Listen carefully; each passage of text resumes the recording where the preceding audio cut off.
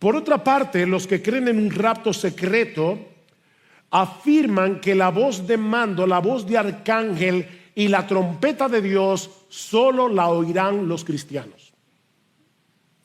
Recuerden, es un rapto secreto. Cristo viene con voz de mando, con voz de arcángel, con trompeta de Dios, pero solo la escuchan los cristianos. El problema que yo tengo con esto es lo siguiente. Vamos a suponer por un momento que es así. Mis hermanos, la gente se va a dar cuenta que de repente desaparecieron millones de gente del mundo. Y ya el rapto no será secreto. Pero no solo eso, hay otro problema aquí. El sonido de la trompeta. La Biblia dice que en Primera Tesalonicenses, que está hablando obviamente del rapto o del arrebatamiento, que Cristo viene con voz de mando, con voz de arcángel y con trompeta de Dios. Bueno, los que creen en el esquema de dos segundas venidas dicen, bueno, Cristo viene con trompeta en el rapto secreto y luego viene con trompeta otra vez, porque así lo dice la Escritura, cuando venga a juzgar al mundo. Hay un problema con esto. Y es que en 1 Corintios capítulo 15 versículo 52 Pablo dice que en el momento en que los creyentes serán arrebatados se tocará la final trompeta, no la penúltima. Es la final trompeta. Es la trompeta que anuncia el final. ¿Ven el punto? Porque se tocará la trompeta y los muertos en Cristo serán resucitados incorruptibles y nosotros seremos transformados. Es a la final trompeta. Obviamente hay otros argumentos y contraargumentos acerca de este tema. Pero como les decía al principio, el propósito de Pablo en este pasaje y el mío también en esta mañana era animar a estos hermanos y enseñarles cómo animarse mutuamente, sobre todo en tiempos de duelo y de dolor. Versículo 18, por tanto, confortaos unos a otros con estas palabras. Maranata, Cristo viene. Hay tantas cosas que la gente le dicen a la gente que quieren consolar. No te preocupes que esto pasará. ¿Y cómo tú sabes eso? Pablo dice, confortaos unos a otros con estas palabras. ¿Con cuáles palabras? Cuando él dijo anteriormente, os digo esto en palabras del Señor. Así que lo que está diciendo es, no uses tus opiniones para consolar a otro. Usa la palabra. Anímense con la palabra de Dios y sobre todo con esta promesa. Esta palabra es nuestra fuente de consuelo en medio del dolor. Y esta palabra nos asegura que nos reuniremos con Cristo y con todos nuestros hermanos cuando Él regrese en gloria.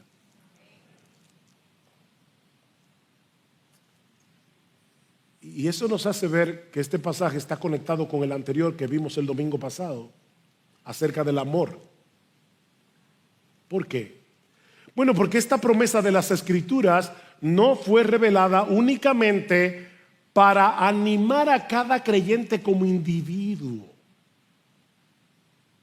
sino como miembro de una iglesia, como parte de una familia. Si muere el hermano Sigfrido Varela, esposo de una de nuestras hermanas, tío de una de nuestras hermanas, es el dolor de ellas y es el dolor de la iglesia. Llorad con los que lloran. Somos una familia. ¿Y qué es lo que dice Pablo aquí? Debemos animarnos unos a otros cuando llegue el sufrimiento a la vida de nuestros hermanos en la fe. Y qué mejor consuelo que este: Cristo viene. Cristo viene. Y todos los que hemos creído en Él saldremos a encontrarnos en una procesión impresionante para no separarnos nunca más, ni de Él, ni de aquellos amados hermanos y familiares que ya partieron con Jesús y que nos están esperando allá arriba. El que niega la segunda venida de Cristo es un falso maestro. Ahora, tener diferencias en cuanto a los detalles relacionados con este evento no es una herejía, no es una falsa doctrina. Habiendo hecho esta aclaración, vamos a acercarnos ahora a este pasaje del cual podemos extraer por lo menos 3 enseñanzas. Y la primera es que la ignorancia doctrinal suele producir inquietud y confusión. La ignorancia doctrinal suele producir inquietud y confusión. Noten lo que dice Pablo en el versículo 13. No queremos, hermanos, que ustedes ignoren acerca de esto. No queremos que ustedes estén en ignorancia porque esta ignorancia genera inquietud. Mis hermanos, la mala teología hace daño. La mala teología genera inquietud, genera confusión. De manera que la preocupación de Pablo es pastoral. Este pasaje no fue escrito para satisfacer nuestra curiosidad sobre quién es el anticristo o todos los detalles acerca de la última venida. No, hermanos, este pasaje fue escrito para lidiar con el dolor de estos hermanos que estaban en duelo porque sus familiares, sus seres queridos habían muerto. Y Pablo quiere darles una mejor comprensión bíblica sobre esta doctrina para consolar sus corazones. Y vuelvo y repito, hermanos, esa es mi intención. En estos últimos meses, esta iglesia ha visto partir a muchos de sus miembros, sobre todo los mayores. Y ayer partió uno de nuestros hermanos. Lo que queremos es traer consuelo. Ahora es obvio que Pablo les había enseñado acerca de este tema en el corto tiempo que él estuvo entre ellos, pero una cosa es conocer la doctrina, otra muy distinta es saber cómo aplicarla en medio del dolor, en medio de la aflicción. Yo sé que todos aquí sabemos que Dios es soberano, pero no es lo mismo creer en la soberanía de Dios que aplicar el tema de la soberanía cuando estamos en medio del dolor. Cuando algunos miembros de la iglesia fallecieron, entonces comenzaron a llegar las preguntas: ¿qué pasó con ellos? Para nosotros hoy eso es muy sabido, ¿verdad? Pero estos hermanos estaban rodeados de falsos maestros y ellos están confundidos. ¿Qué pasó con ellos? ¿Dónde están ahora? Y sobre todo, ¿de qué manera van a participar de la segunda venida de Cristo si ya no están aquí? ¿Cómo saldrán a encontrarse con su Señor? Estos hermanos necesitaban más instrucción acerca de este asunto. Vean una vez más el versículo 13. Pero no queremos, hermanos, que ignoréis acerca de los que duermen, para que no os entristezcáis como lo hacen los demás que no tienen esperanza. Hermoso que Pablo se refiere a los creyentes que han partido como aquellos que duermen. En el versículo 14 dice los que durmieron en Jesús. Y por si acaso, la idea no es que los creyentes que han fallecido están literalmente dormidos, están sumidos en la inconsciencia esperando el día de la resurrección. No, mis hermanos, tan pronto un creyente muere, parte de inmediato en su alma a la presencia del Señor.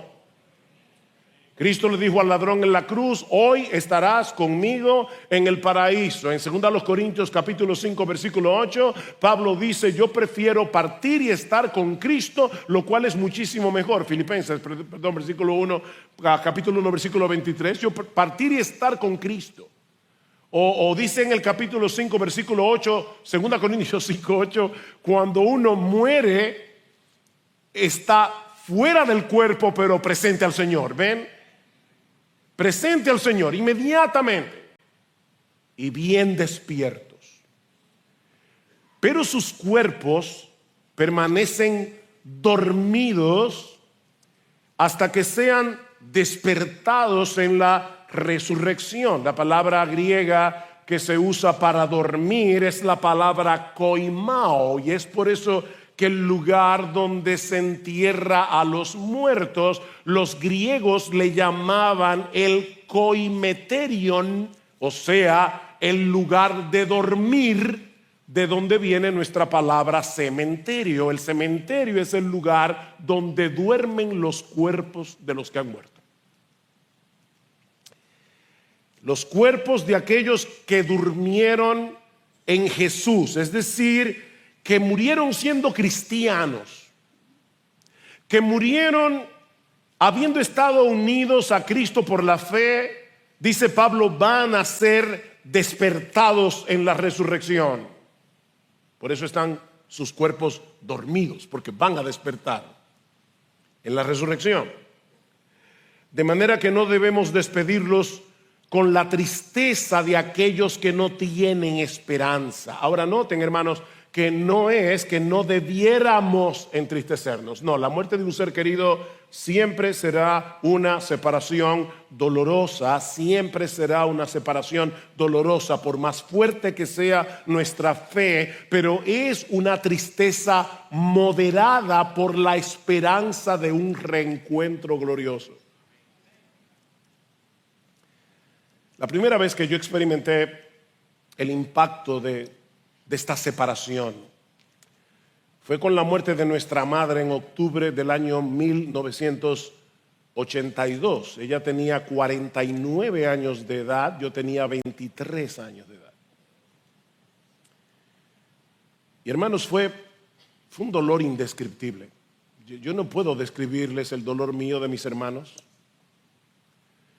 Y era un dolor que volvía en olas, porque cada vez que sucedía algo importante, mi mamá, nosotros decíamos que ella lo gozaba todo. Y cada vez que nosotros teníamos algo importante, la primera impresión era ir a ver a mi mamá para contarle. Y cada vez que pasaba algo en nuestra vida y pensábamos, voy a contarle a mami, entonces ahí venía el dolor. Ella ya no está, ella ya partió. Pero esa tristeza tiene el contrapeso de la esperanza ciertísima de que la volveremos a ver. No hay duda de eso. Y eso, mis hermanos, hace toda la diferencia del mundo. Nos reuniremos con ella otra vez, y no con esa salud tan deteriorada que ella tuvo en los últimos meses de vida, sino con un cuerpo y un alma completamente glorificados. ¿Qué dice el Señor? No se turbe vuestro corazón. Creéis en Dios, creed también en mí. En la casa de mi Padre muchas moradas hay. Si así no fuera, yo os lo hubiera dicho. Pero yo volveré para tomarlos, para que estén conmigo. No se turbe vuestro corazón. Ahora, ¿cómo podemos estar seguros de eso? Porque eso es lo que dice aquí. Pero ¿cómo podemos estar seguros? Bueno, esta pregunta nos lleva de la mano a la segunda enseñanza de nuestro pasaje, y es que la resurrección de Cristo garantiza nuestra resurrección. La resurrección de Cristo garantiza nuestra resurrección. Versículo 14. Porque si creemos que Jesús murió y resucitó, así también traerá con él a los que durmieron en Jesús. Los cristianos creemos sin lugar a dudas que Jesús murió y resucitó. Ese es un aspecto fundamental de nuestra fe. Bueno, una cosa está conectada con la otra. Si Cristo resucitó, nosotros resucitaremos también. Hermanos, ¿cuál es el gran capítulo del Nuevo Testamento con respecto a la doctrina de la resurrección? Bueno, yo espero que todos ustedes hayan pensado en 1 Corintios 15. Este es el gran capítulo del Nuevo Testamento. Pablo presenta allí una serie de pruebas de que Jesús resucitó, incluyendo el hecho de que se le apareció al mismo Pablo cuando iba camino a Damasco para seguir persiguiendo a cristianos. El Cristo resucitado transformó al perseguidor Pablo en el apóstol Pablo. Cristo resucitó. Ahora, el gran argumento de Pablo en este capítulo, 1 Corintios 15, es que la resurrección de Cristo garantiza la nuestra. Y Pablo dice básicamente, si Cristo no resucitó, el evangelio es una tontería. Si Cristo no resucitó, el evangelio es inútil. Si Cristo no resucitó, el evangelio no es más que un cuento extravagante, como dijo alguien una vez. Mas ahora Cristo ha resucitado de los muertos, primicias de los que durmieron es hecho. ¿Cómo así? Bueno, las primicias son los primeros frutos de una cosecha. De manera que lo que Pablo está diciendo aquí es que la resurrección de Cristo es como los primeros frutos que anuncian una gran cosecha de resucitados. Eso es lo que está diciendo. Su resurrección garantiza la nuestra. ¿Por qué? Porque nosotros estamos unidos a Él. Recuerden, hermanos, los que durmieron en Jesús, los que murieron en Cristo, nosotros estamos unidos a Él como el cuerpo está unido de la cabeza. Yo siempre le digo a la gente, apúntame eso ahí porque mira, yo me olvido de muchas cosas. No me olvido de la cabeza porque la tengo pegada del cuerpo. Eso le decía yo a una señora en una tienda. Pero ¿saben qué? Esa es una verdad, es una gloriosa verdad. Porque si la cabeza resucitó, el cuerpo tiene que resucitar también. Estamos unidos a Cristo. Así que dice Pablo, los que estemos vivos, los muertos resucitarán. Y los que estemos vivos cuando el Señor regrese no tendremos ventaja sobre los que se han ido. Recuerden cuál era el problema de los tesalonicenses. ¿Qué pasó con esos que murieron? ¿Cómo van a participar de la segunda venida? Y Pablo está diciendo, no. Nosotros, los que estemos vivos cuando llegue el Señor, no vamos a tener ventaja sobre los que ya partieron. Versículo 15, por lo cual os decimos esto por la palabra del Señor, que nosotros, los que estemos vivos y que permanezcamos hasta la venida del Señor, no precederemos a los que durmieron. No tenemos ventaja. Sus almas regresarán con Jesús y se unirán a sus cuerpos glorificados, como dice en el versículo 16. Así que los que ya murieron no serán excluidos de esa fiesta. Ellos no serán excluidos de esa gran celebración, sino que tendrán un lugar de honor en esa procesión que saldrá al encuentro del Señor. Es interesante notar que Pablo veía como una posibilidad el hecho de que él estuviera vivo. ¿Se dieron cuenta?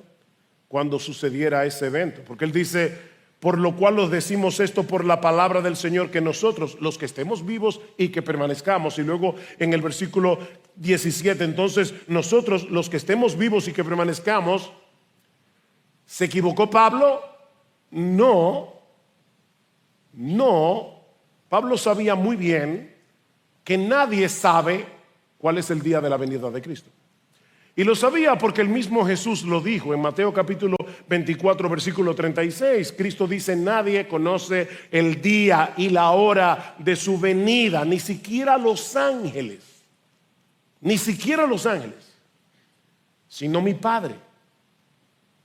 Y lo mismo va a decir Pablo en el capítulo 5, ahí mismo dice, ahora hermanos, con respecto a los tiempos y a las épocas, no tenéis necesidad de que os escriba nada, pues vosotros mismos sabéis perfectamente que el día del Señor vendrá así como un ladrón en la noche. Yo quiero saber si alguien aquí ha sido robado y ha recibido de anticipo una nota del ladrón para decirle, esta noche te visito.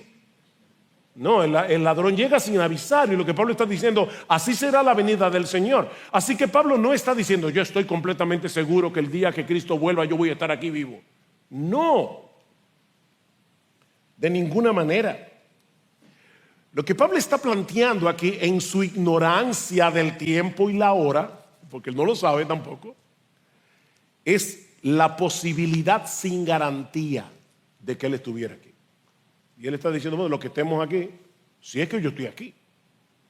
Y lo sabemos porque en otros textos como 2 Corintios capítulo 4 versículo 14, Pablo dice que los cristianos sabemos que aquel que resucitó al Señor Jesús, a nosotros también nos resucitará. Ahora Pablo se está incluyendo entre los que van a estar muertos cuando llegue el Señor y que van a ser resucitados. Así que él no sabía con certeza si Cristo habría de regresar durante su vida. De hecho, Pablo sabía que algunas cosas tienen que suceder antes de la segunda venida de Cristo. Hermanos, déjenme hacerles una pregunta, porque es muy popular que la gente diga Cristo puede venir en cualquier momento. ¿De verdad? Como la Biblia dice que viene como ladrón en la noche, eso no quiere decir en cualquier momento. Eso quiere decir que tú y yo no sabemos cuándo es. No quiero ser irreverente, pero Cristo pudiera venir en los próximos 15 segundos o en los próximos 10 o en los próximos 5, porque Pablo sabía que no. Él está diciendo, es probable que yo esté vivo, pero Pablo sabía que algunas cosas tienen que suceder antes de la segunda venida. Desde la perspectiva de Pablo, él sabía que el templo de Jerusalén tenía que ser destruido, porque Cristo lo profetizó en el año 70. Así que Pablo sabía que Cristo no podía llegar en cualquier momento hasta que el templo no estuviera destruido en la ciudad de Jerusalén.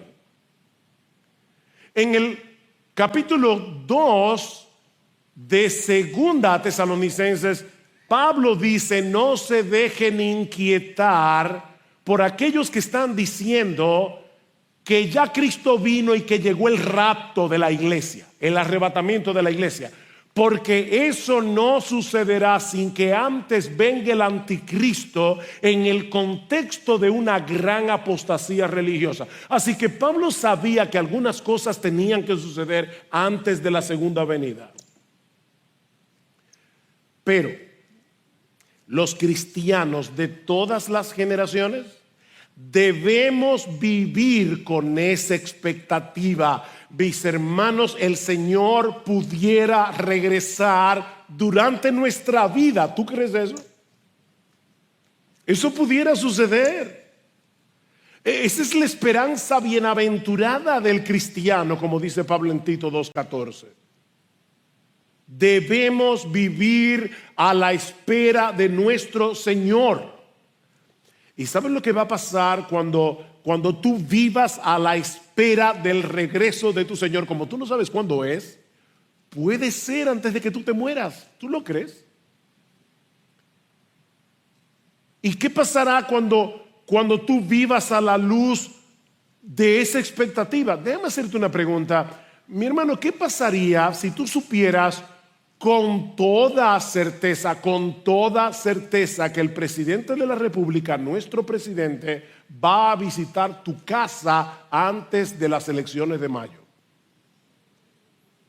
Fíjate, tú no sabes qué día es, pero tú sí sabes que antes de las elecciones el presidente va a tu casa. ¿Cómo te impactará esa noticia? Y yo estoy seguro que tú vas a arreglar algunas cosas. Yo estoy seguro que en tu agenda eso tiene prioridad.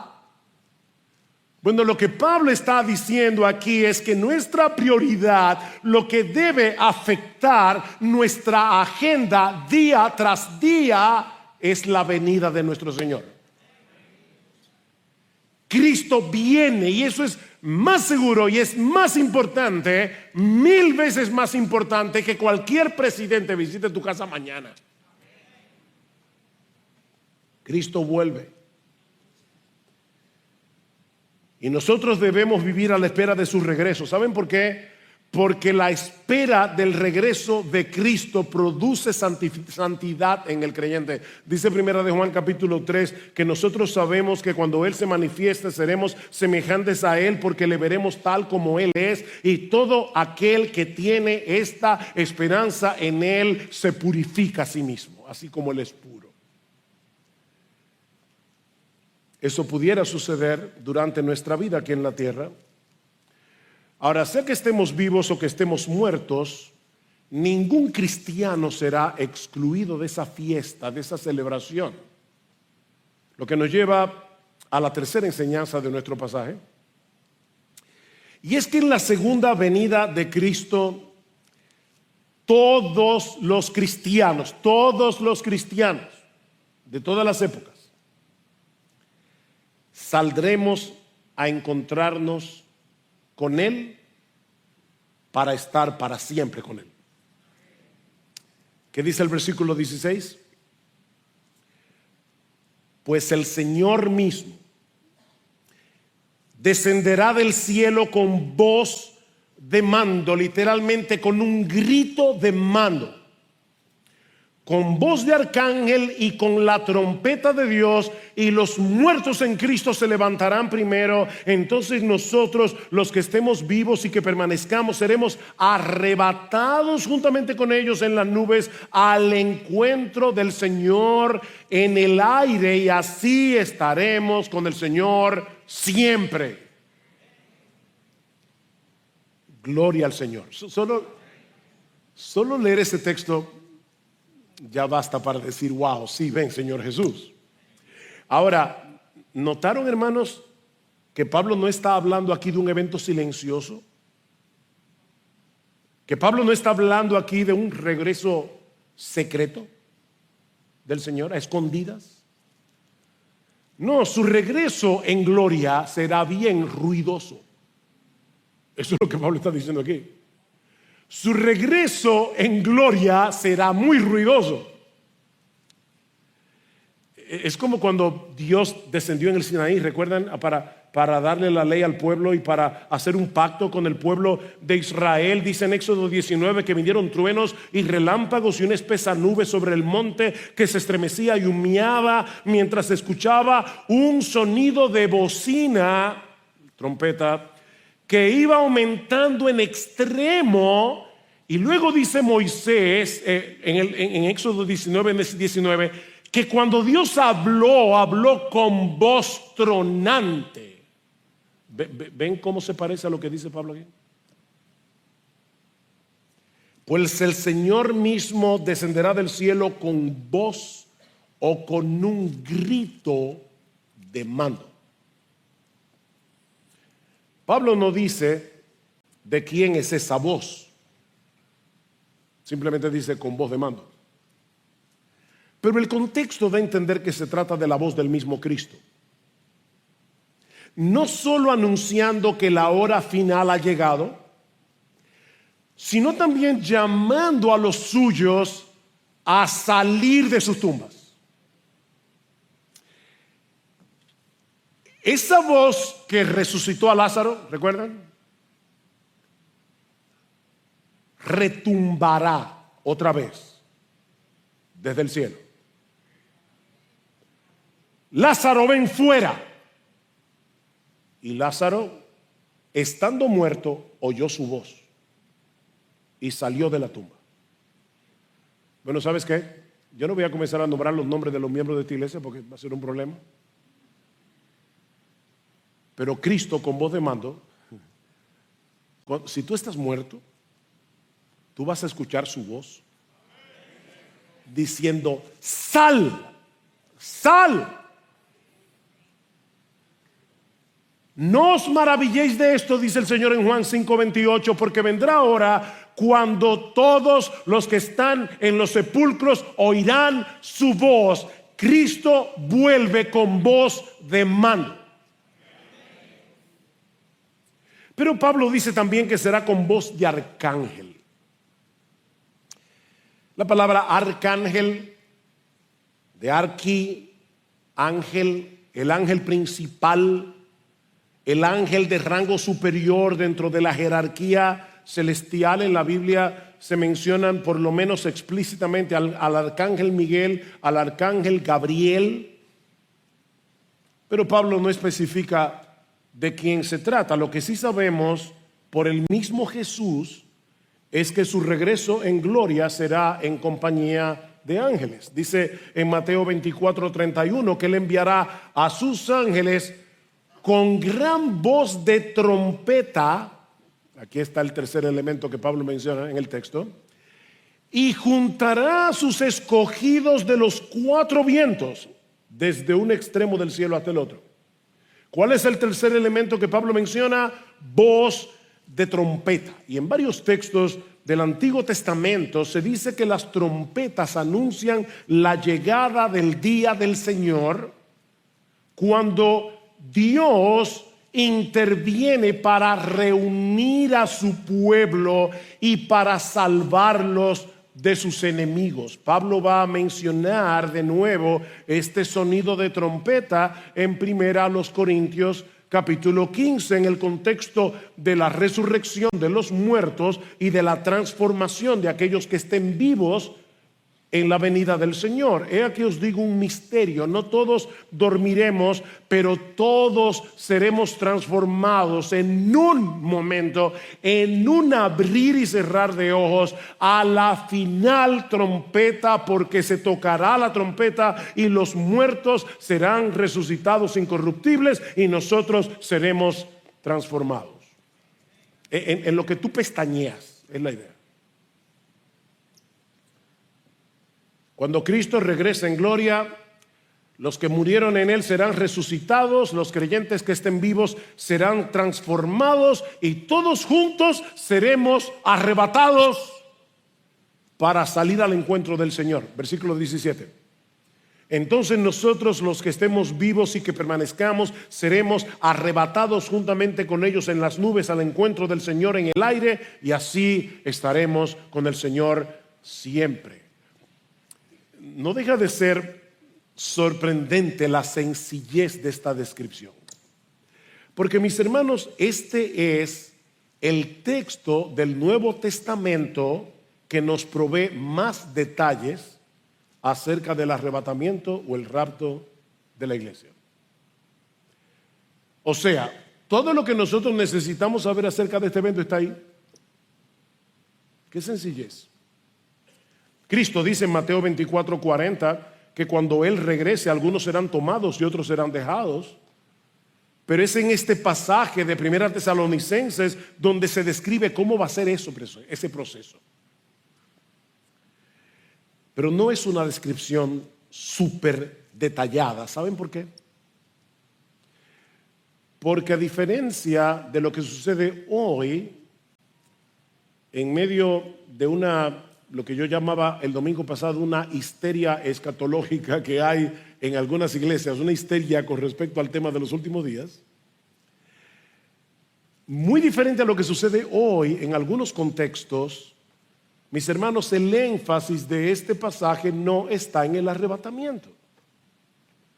Ese no es el tema. El tema de este pasaje es nuestra reunión con Cristo y con los suyos en su venida. Ese es el énfasis. Mis hermanos, la profecía bíblica no tiene el propósito de satisfacer nuestra curiosidad por el futuro. La profecía bíblica no tiene el propósito de que tú leas la Biblia como si la Biblia fuera el periódico de hoy o de ayer o de mañana, escrito hace 1000 años. El propósito de la profecía bíblica es alimentar nuestra esperanza y es animarnos a ser santos. Y aquí tenemos suficiente información como para tener una idea de cómo será ese encuentro con nuestro Señor en su venida. Este pasaje no responde todas nuestras preguntas acerca de los detalles de este evento, pero nos asegura sin lugar a dudas que Cristo volverá y que nosotros nos reuniremos con Él. La segunda venida de Cristo ocupa un lugar preponderante en las Escrituras. 23 de los 27 libros del Nuevo Testamento mencionan la segunda venida de Cristo. Uno de cada 30 versículos del Nuevo Testamento o habla directamente de la segunda venida o de algún evento relacionado con la segunda venida. Hermanos, es obvio que el Espíritu Santo quiso darle mucha importancia al tema de la segunda venida. ¿Sabes por qué? Porque tú y yo debemos vivir a la espera de ese evento, sea que estemos vivos, sea que estemos muertos. Cuando eso ocurra, nos reuniremos con Él.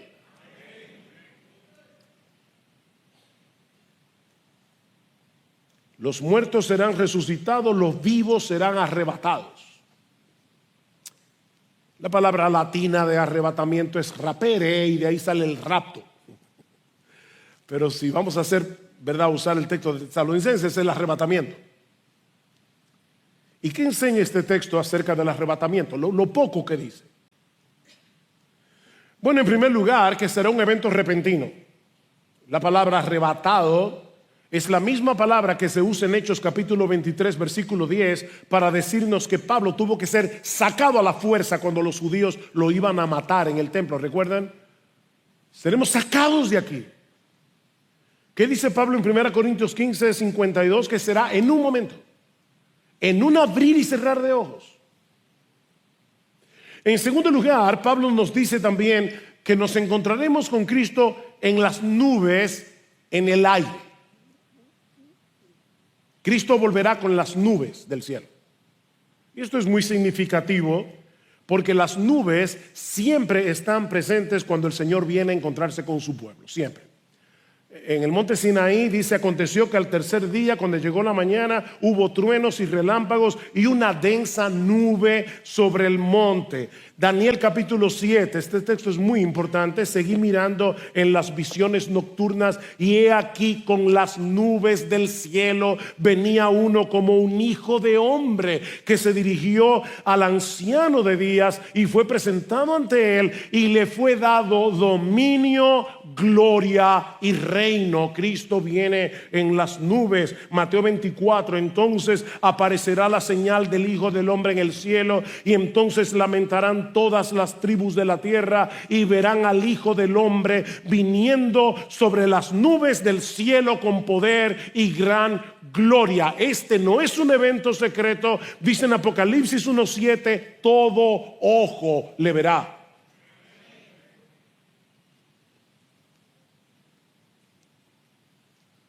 En Hechos 1, 9 al 11, cuando Jesús asciende a los cielos delante de los azorados discípulos, Lucas dice que a Cristo le recibió una nube que le ocultó de sus ojos. Y en ese momento aparecen dos ángeles que le dicen a los discípulos: varones galileos, ¿por qué estáis mirando al cielo? Este mismo Jesús que ha sido tomado de vosotros al cielo, así vendrá en esas mismas nubes que lo llevaron, como le habéis visto ir al cielo. Cristo viene con las nubes del cielo para encontrarse con nosotros en el aire. Dice el texto: seremos arrebatados juntamente con ellos en las nubes al encuentro del Señor.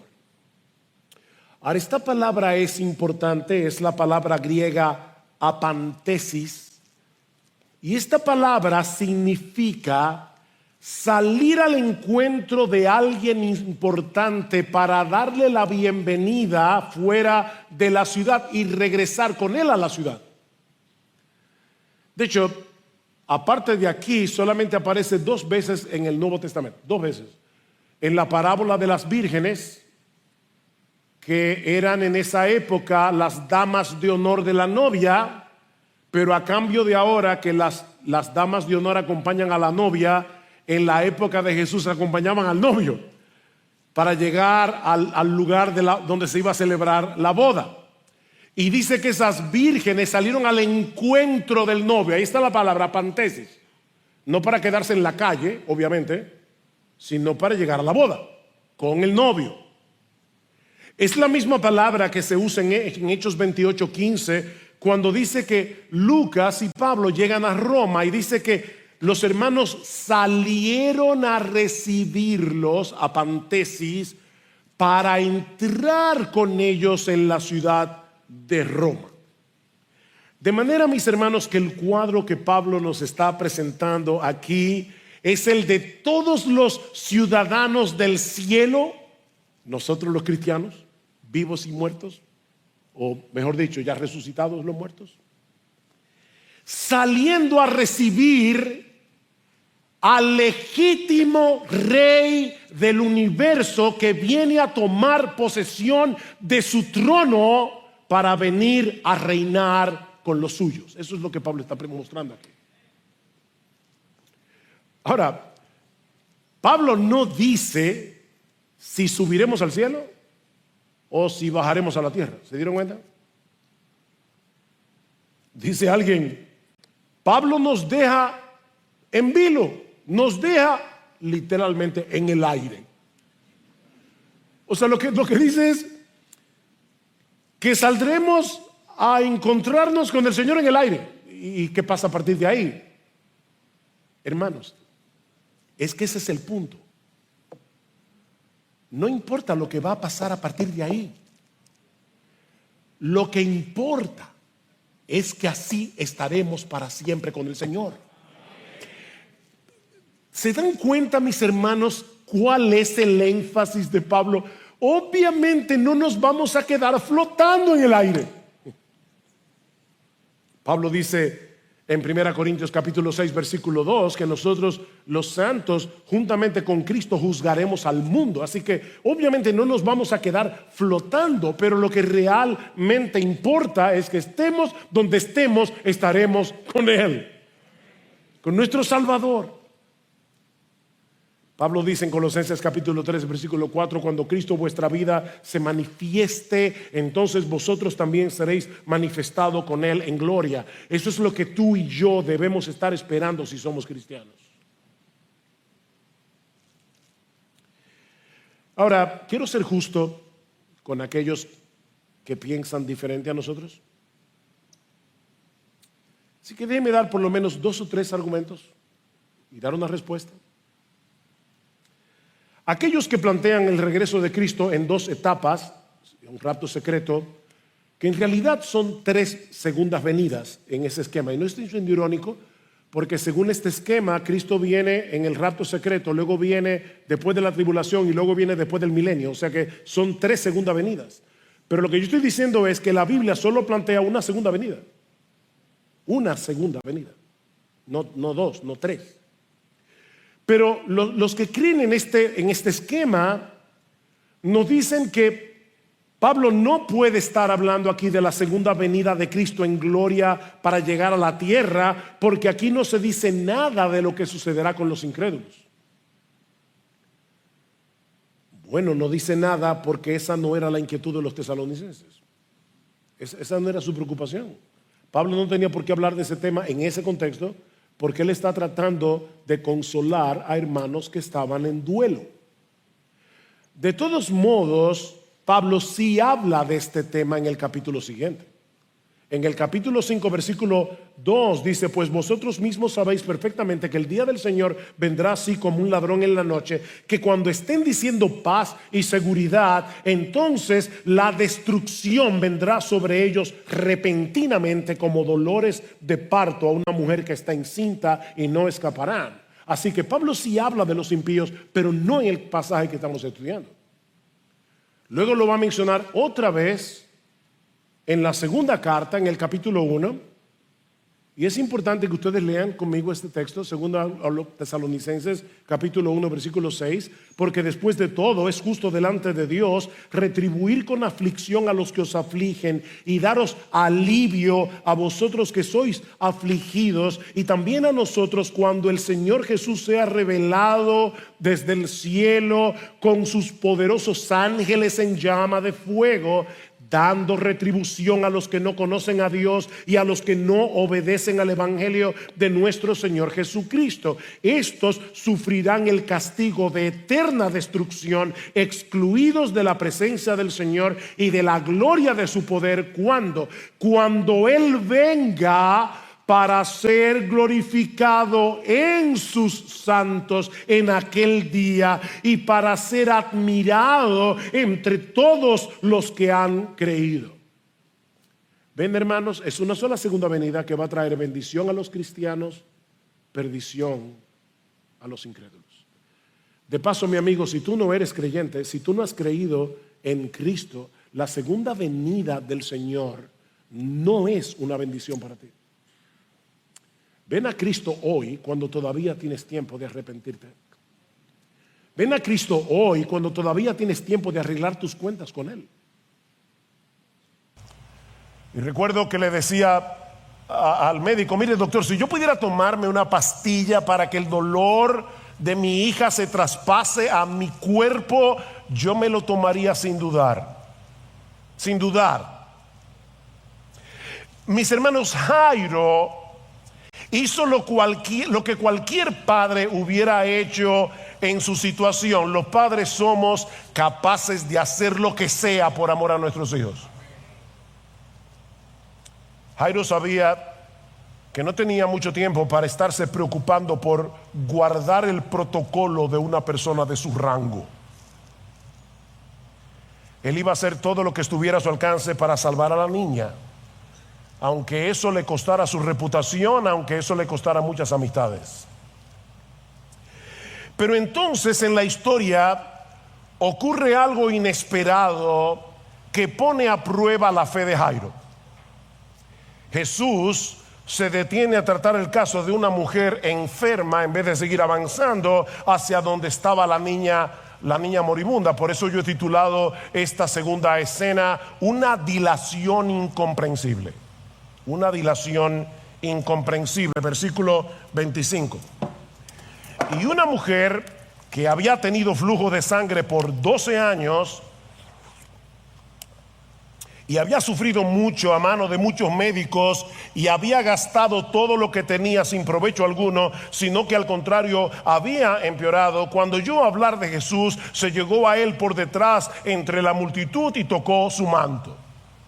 Definitivamente la providencia de Dios es tan extraña en ocasiones. Mis hermanos, ¿qué edad era la que tenía la hija de Jairo? A ver si estaban despiertos. 12 años. ¿Cuánto tiempo tenía esta mujer padeciendo con el flujo de sangre? 12 años. Así que es muy probable que en el mismo año en que esta mujer enfermó nació la hija de Jairo. Y las dos historias se fueron desarrollando por separado la una de la otra hasta que las dos se toparon con Jesús y quedaron unidas para siempre. Dios había orquestado las cosas para que la enfermedad de esta mujer, que había empezado hacía 12 años, pusiera a prueba la fe de Jairo. Esta mujer no solo tenía un serio problema de salud, sino también social y religioso, porque cuando una mujer tenía la menstruación, quedaba ceremonialmente impura por 7 días según la ley del Antiguo Testamento. Ahora yo debo aclarar que una impureza ceremonial no implicaba nada pecaminoso, no era un problema moral, pero sí le impedía a la persona afectada participar de la adoración o acercarse al santuario, y todo el que tocara a esa persona quedaba ceremonialmente impura también. De manera que esta mujer llevaba 12 años sin la posibilidad de tener una vida normal. 12 años. Aparte de la debilidad que seguramente padecía por la constante pérdida de sangre, muy probablemente esta mujer había tenido que sufrir vergüenza, soledad, quién sabe si algunos en el barrio cuchicheaban contra ella diciendo algún pecado cometió para que Dios la castigara de esa manera. Mis hermanos, todo eso se suele mezclar en medio de la prueba. Y para colmo de males, ella había gastado todos sus recursos yendo de un médico a otro. Yo me puedo imaginar perfectamente, acaba de llegar un individuo a Capernaum, que eso es lo último de... Él es el médico chino y la muchacha iba ahí, gastaba su dinero, nada de nada. Dice Marcos que más bien le iba peor y peor y peor. Esta mujer había perdido toda esperanza hasta que de repente se entera que Jesús ha vuelto a Capernaum. Y al igual que Jairo, ella decide poner de lado los convencionalismos sociales y mezclarse entre la multitud, algo que ella no podía hacer, para llegar hasta él, porque ella pensaba que si tan solo tocaba su manto sería sanada. Dice en el versículo 28, porque decía: si tan solo toco sus ropas sanaré. Y dice: al instante, cuando ella tocó a Jesús, la fuente de su sangre se secó y sintió en su cuerpo que estaba curada de su aflicción. Tan pronto esta mujer tocó a Jesús, su hemorragia se detuvo. Lo que los médicos no habían podido hacer en 12 años, Jesús lo hizo en un segundo y completamente gratis. Ahora ella sabe que lo que acaba de hacer era muy problemático en esa cultura, porque muchos ya veían a Jesús como un rabino y era una ofensa horrible que una mujer en esa condición tocara a un maestro como Jesús. Así que ella intenta pasar desapercibida, pero entonces ocurre algo bien extraño. Y aquí, hermanos, es donde Dios desafía nuestra lógica. No olviden que ellos van camino a la casa de Jairo, que hay una niña que se está muriendo. Si había algo obvio en ese momento, es que no había tiempo que perder. Pero en vez de apurarse, Jesús detiene a toda la multitud y pregunta quién lo tocó. Versículo 30.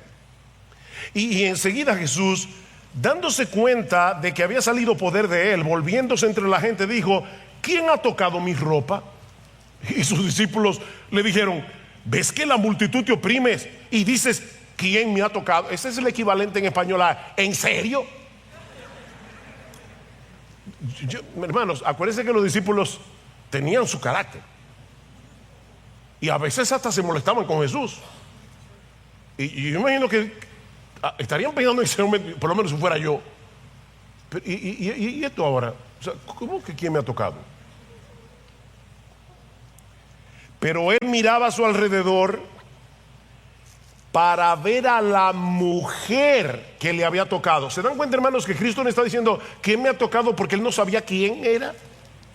No, él sabía perfectamente lo que estaba pasando aquí. Y él estaba buscando a esa mujer. Parece absurdo, con muchísima gente oprimiendo, lo que Jesús haga una pregunta como esta, pero él quiere que todo el mundo sepa lo que sucedió con esa mujer. Él quiere. Versículo 33. Entonces la mujer, temerosa y temblando, dándose cuenta de lo que le había sucedido, vino y se postró delante de él y le dijo toda la verdad. Y Jesús le dijo: hija, tu fe te ha sanado, vete en paz y queda sana de tu aflicción. Hay al menos 3 detalles aquí a los que yo quiero llamar la atención de ustedes por un momento. La primera es que el Señor está aprovechando esta ocasión para darle una instrucción teológica a esta mujer. Recuerden que ella creía que por tocar el manto de Jesús podía sanarse, pero ahora Jesús le hace ver que su ropa no tiene ningún poder. Su ropa no tuvo nada que ver con el milagro. Tu fe fue por medio de la fe que nada, no por causa de la ropa. Mis hermanos, la ropa de Jesús no tenía ningún poder. De hecho, ni siquiera la fe tiene poder para hacer absolutamente nada. Yo escucho a la gente que dice, la fe mueve montañas. No, la fe no mueve ni una hormiga, la fe no hace nada. La fe no mueve montañas. Mueve la montaña es Cristo por medio de la fe. Es Cristo el que obra por medio de la fe. Como dice un comentarista, esta mujer tenía una fe fuerte y una teología débil. Así que Jesús aprovecha la ocasión para exaltar su fe y corregir su teología. No fue mi ropa, mujer, fue tu fe en mí. Lo segundo que hace Jesús aquí es declarar públicamente que esta mujer había sido librada de su impureza ceremonial. Eso era importante. Porque por primera vez en 12 años esta mujer comenzaría a vivir una vida normal. Por primera vez, por primera vez iba a poder mezclarse con la gente, ir al mercado, hablar con sus amigas. Por primera vez iba a recibir un abrazo en 12 años. De manera que fue por su propio bien que Jesús no permitió que este milagro pasara desapercibido. Pero hay algo mucho más importante aquí. Versículo 34. Y Jesús le dijo: hija, tu fe te ha sanado, vete en paz y queda sana de tu aflicción. La palabra que se traduce como sanar es exactamente la misma palabra que se usa en el Nuevo Testamento para salvar. Así que hay un juego de palabras aquí. Ella se había acercado a Jesús para ser sanada, pero había encontrado en cambio sanidad y salvación, las dos cosas. Hija, tu fe te ha sanado. Por 12 años ella había llevado en su cuerpo un recordatorio de la corrupción que todos llevamos en el alma por causa de nuestros pecados. Pero Cristo en un instante no solamente había removido su aflicción física, sino también su culpa y su vergüenza. Hija, vete en paz.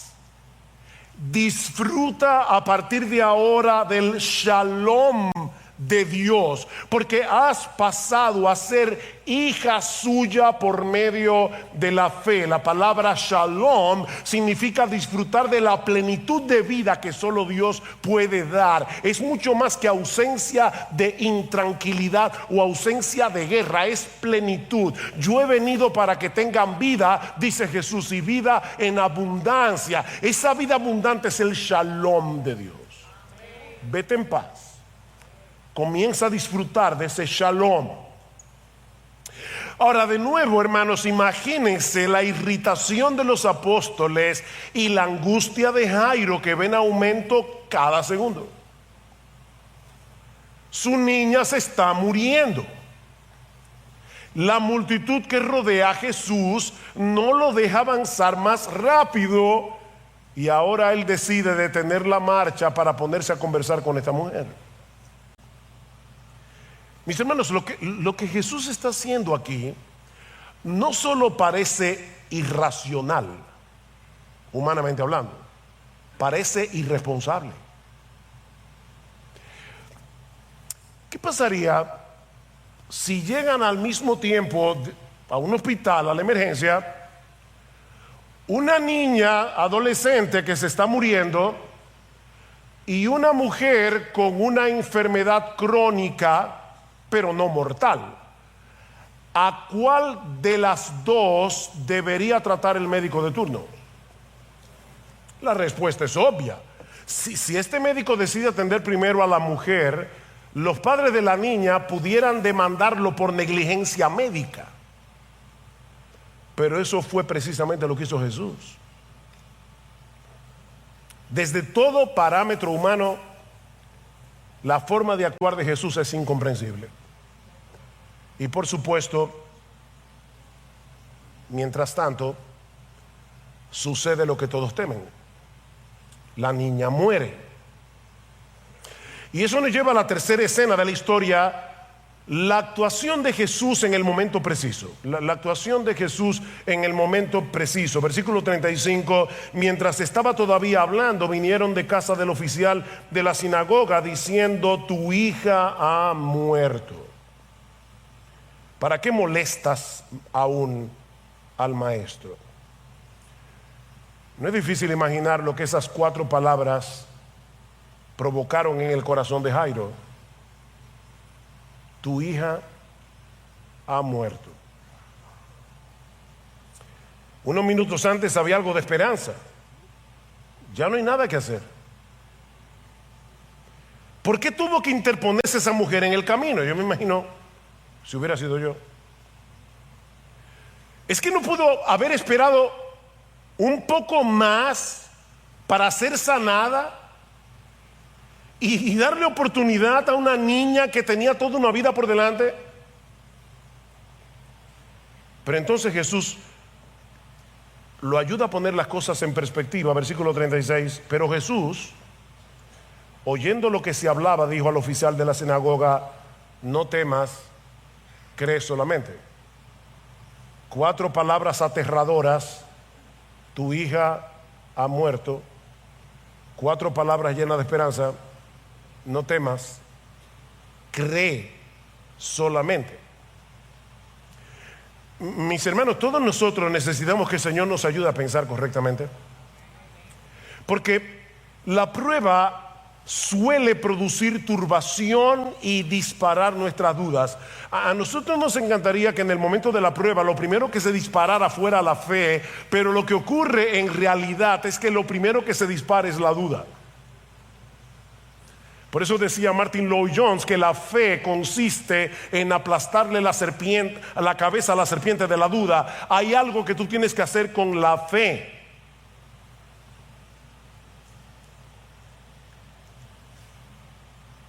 Hasta que entendemos que Jesús es confiable. No importa las circunstancias. Mi hermano, mi hermana, yo no sé por lo que tú puedes estar pasando en este momento, pero sea lo que sea, si tú eres creyente, no olvides que Jesús es confiable. Jesús es confiable. Tal vez en algún punto de la historia Jairo llegó a pensar que Jesús no había actuado con la rapidez que el caso ameritaba. Si tan solo se hubiera apresurado un poco más, su hija estaría viva. Pero el Señor sabía que no había razón alguna para apurar el paso. Las cosas debían suceder según la agenda de Dios, no según la agenda de Jairo, no según la agenda de los apóstoles, tampoco según la agenda tuya y mía. Miren, hermanos, si hay algo que aprendemos de las Escrituras es que nuestra noción del tiempo nunca es adecuada cuando estamos evaluando el tiempo de obrar de Dios. Saben que cada cultura tiene una noción particular del tiempo, y eso impacta considerablemente la manera como reaccionamos. Yo recuerdo cuando estuvimos el año pasado en la conferencia en Londres, me llamaba la atención que decía: el tren llegará a las 9:04. Y no puede ser a las 9 redondo, no, a las 9:04. Y yo me quedaba con el reloj. 4, ¡pam!, llegaba el tren. Los ingleses son increíbles. Ahora, imagínense una boda entre un inglés y una dominicana.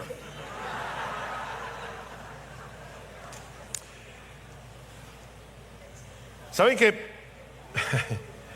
para el inglés es inconcebible llegar 5 minutos tarde? Para nosotros los dominicanos hay como una elasticidad como de 60 minutos más o menos. Lamentablemente. Llega la hora, todos los invitados están en la iglesia y la novia no aparece. En el lado izquierdo están los ingleses ya medio incómodos, 15 minutos, media hora, 45 minutos, y la novia no aparece. Del lado derecho están los dominicanos echando, hablando, porque para ellos eso es lo más normal. ¿Se dan cuenta, hermanos? La noción de tiempo cambia de una cultura a la otra, pero cuando la noción de tiempo tiene que ver con Dios, el problema es mucho más complejo. Mucho más complejo.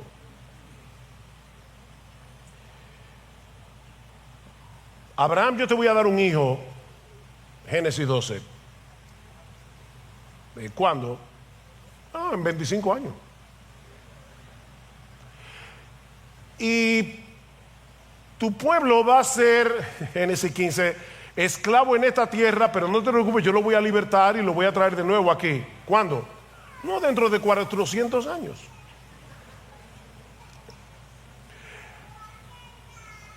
El reloj de Dios es muy diferente al tuyo y al mío. Muy diferente.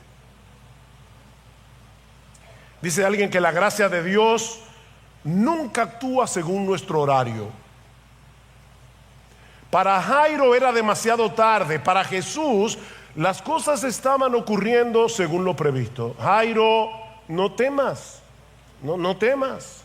Cree solamente. La fe es el antídoto divino contra el temor. Salmo 53, en el día que temo yo en ti confío. Él no dice yo nunca temo. No, hay días en que yo estoy lleno de temor, estoy luchando con el temor, pero entonces yo decido, yo tomo la decisión de confiar en las promesas de Dios, de confiar en la sabiduría de Dios por encima de mi temor. En el día que temo yo en ti confío. Jairo, déjame hacer las cosas en mi tiempo y verás que al final de cuentas será infinitamente mejor que en el tiempo tuyo. ¿Recuerdan el caso de José y el copero del rey? José le interpreta el sueño, le dice: te van a liberar de aquí a 3 días, pero cuando lo hagan, por favor, acuérdate de mí. El copero es liberado en 3 días y se olvida de José. Qué pena, ¿verdad? No. Si José hubiera sido recordado por el copero, 3 días después hubiera sido un expresidiario en Egipto. Pero precisamente porque el copero se olvidó de José, por eso llegó José a ser el segundo en Egipto. Porque Dios sabe, el reloj de Dios funciona mejor que el tuyo y el mío. Confía en eso. Confía en eso. Contra toda posibilidad razonable, Jairo decide confiar en Jesús. Versículo 37. Y no permitió Jesús que nadie fuera con él, sino solo Pedro, Jacobo y Juan, el hermano de Jacobo. Y fueron a la casa del oficial de la sinagoga. Y Jesús vio el alboroto y a los que lloraban y se lamentaban mucho. En los días de Jesús habían lloronas profesionales. Eso es lo que se conoce como plañideras. De hecho, hace unos años hubo un concurso de plañideras en un país de América Latina. Son mujeres que las contratan en los velorios para llorar. Y de hecho, si buscas en los libros de historia, cuando murió Trujillo, contrataban gente para llorar. Si no recuerdo mal, se pagaban a 5 los gritos y a 10 los desmayos, para que se viera que el pueblo realmente estaba dolido por la muerte del dictador. Eso es real, hermanos, eso es historia patria. Bueno, lo que está pasando aquí es que cuando llegan a la casa de la hija, a la casa de Jairo, como Jairo era un hombre de buena posición económica, seguramente habían muchas plañideras. De hecho, Mateo dice que había una multitud de gente llorando. ¿Y cómo sabemos que esto no era sincero? Por lo que sucede inmediatamente después, versículo 39, o por lo menos en el caso de algunos. Dice: y entrando le dijo: ¿por qué hacéis alboroto y lloráis? La niña no ha muerto, sino que está dormida. Y se burlaban de él. ¿Ven cómo el llanto pasó a la burla en un segundo?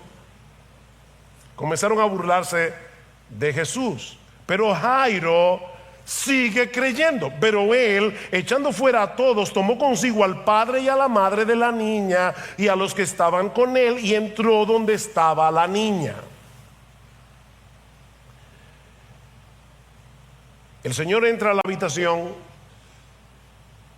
Y lo que ocurre allá adentro es una extraordinaria mezcla de poder, ternura, compasión. Porque en la ley ceremonial, otra vez, del Antiguo Testamento, si tú tocabas el cuerpo de un muerto, tú quedabas también ceremonialmente impuro de nuevo. ¿Ven cómo la impureza ceremonial es una idea importante en este pasaje? Pasa con la mujer, pasa con la hija de Jairo. Pero Jesús no toma eso en cuenta Y dice en el versículo 41, y tomando a la niña por la mano, ese detalle es importante, le dijo, Talita cum, que traducido significa, niña, a ti te digo, levántate. Talita es un diminutivo cariñoso, que literalmente como muchachita o algo así. Y cum o cumi significa levantarse, como el que despierta del sueño. Así que lo que Jesús está haciendo aquí es muy similar a lo que hacemos nosotros los padres por la mañana cuando nos acercamos a la cama de uno de nuestros hijos y le decimos, tesoro, mi amor, es hora de levantarse. Pero la palabra de Jesús, a diferencia de la tuya y de la mía, es tan poderosa que cuando Él habla, hasta los muertos oyen y vuelven a la vida. Versículo 42. Al instante, otra vez, a la mujer del flujo de sangre, al instante la fuente se secó. Al instante la niña se levantó y comenzó a caminar, pues tenía 12 años. Y al momento se quedaron completamente atónitos. Entonces les dio órdenes estrictas de que nadie se enterara de esto y dijo que le dieran de comer a la niña. ¿Ven por qué les decía que hay una mezcla aquí de ternura, poder? Es muy probable que esta niña haya estado inapetente durante el tiempo de su enfermedad, pero el Señor acaba de restaurarla a su estado normal, así que ella había vuelto a tener toda la energía y todo el apetito de un adolescente. Y hasta de eso se ocupó Jesús. Denle de comer. Ahora, mis hermanos, esta es la historia, pero más allá de la compasión, el poder que Cristo mostró tanto a la mujer con el flujo de sangre como a la hija de Jairo, yo quiero ahora que veamos un poco más profundo, porque en cierto modo estos dos milagros son una representación visible del Evangelio. Jesús tuvo que entrar en contacto con nuestras impurezas para que por medio de Él seamos purificados. Cuando la mujer con flujo de sangre tocó a Jesús, en vez de hacerlo a Él ceremonialmente impuro, lo que sucedió en realidad fue que su impureza quedó completamente eliminada. Y lo mismo sucedió con la hija de Jairo. En vez de contaminarse al tocar su cuerpo muerto, el toque de su mano hizo que la niña volviera a la vida. ¿Saben que en cierto modo todos los seres humanos por naturaleza padecemos los mismos problemas que los personajes de esta historia? Porque espiritualmente hablando estamos muertos y somos inmundos, impuros, por causa de nuestros pecados. Y así como la hija de Jairo no podía resucitarse a sí misma, y la mujer con flujo de sangre no podía sanarse y purificarse, mi amigo que estás aquí en esta mañana, no hay absolutamente nada que nosotros podamos hacer por nosotros mismos para resolver nuestros problemas delante de Dios. Dos problemas: somos impuros, estamos muertos. La buena noticia del Evangelio es que el Hijo de Dios se hizo hombre para mezclarse con nuestras impurezas sin ser contaminado por ellas, y luego morir en una cruz como si el pecador fuera Él, y así librarnos de nuestros pecados, de la vergüenza y de la culpa. Al que no conoció pecado, por nosotros a Él Dios lo hizo pecado, para que nosotros fuésemos hechos justicia de Dios en Él. Impresionante. Déjame hacerte una pregunta, mi amigo. ¿En qué cosas tienes puesta tu esperanza para cuando te toque partir de este mundo? Porque si no es en Cristo y en su justicia, en su muerte en la cruz, tu confianza es una ilusión.